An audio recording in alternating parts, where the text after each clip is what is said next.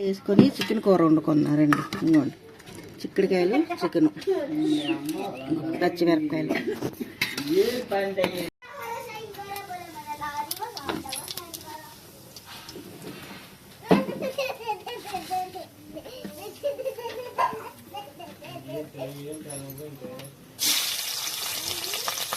రెండు పచ్చిమిరపకాయలు వేసుకున్నా, రెండు ఉల్లిపాయలు వేసుకున్నా,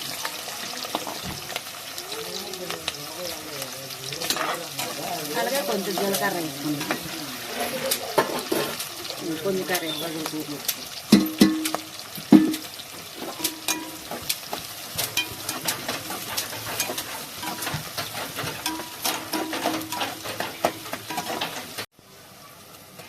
ఒక చెంచాడ అల్లం పేస్ట్ వేసుకున్నా.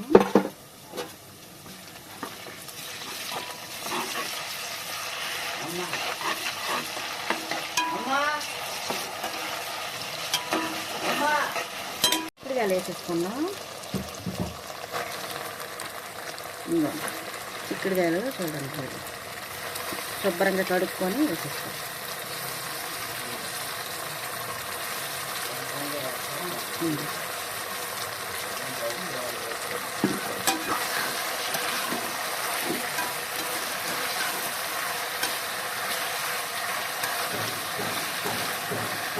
దీన్ని బాగా ఎండనిద్దాం, మూత పెట్టాం.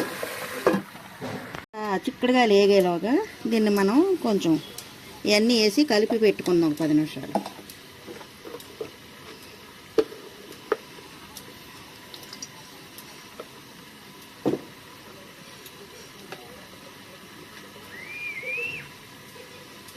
కొంచెం అల్లం పేస్ట్, ఉప్పు, పెరుగు,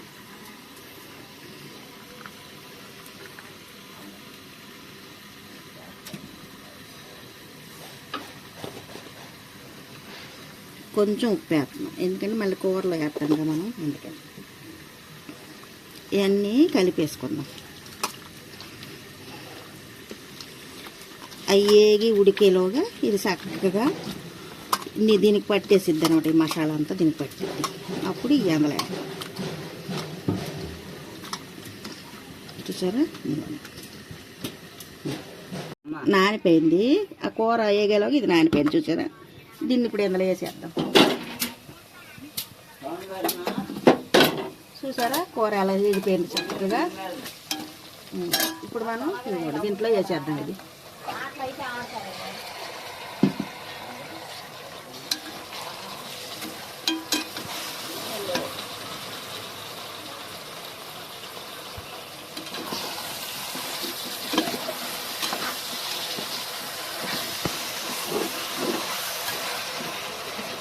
ఒక 5 నిమిషాలు వేగనేస్తాం.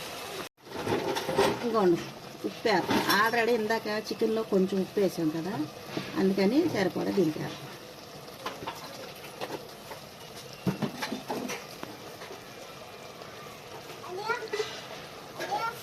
పసుపు వేసుకుందాం.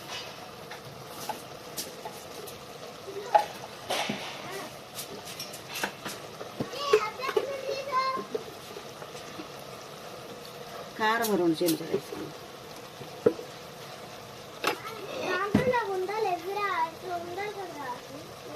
ధనియాల పొడి వేసుకుందాం.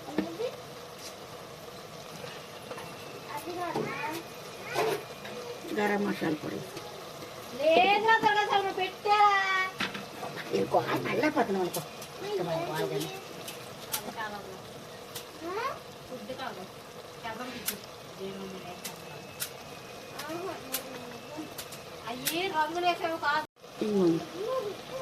ఇందులో జీలకర్ర, అల్లం, వెల్లుల్లిపాయ, కొబ్బరి అన్నీ వేసి నూరేనమాట. ఇది కూడా వేస్తుంది. ఇప్పుడు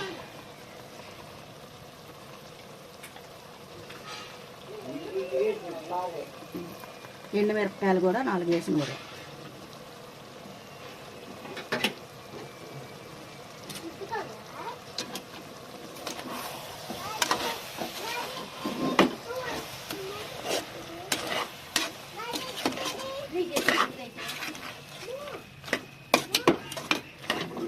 ఇవన్నీ కలిపాను కదా. ఇప్పుడు కొంచెం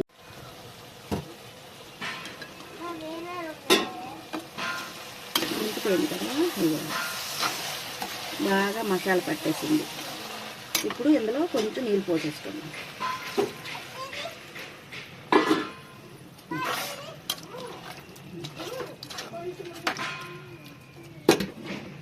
దీన్ని ఉడకనిచ్చేద్దాం.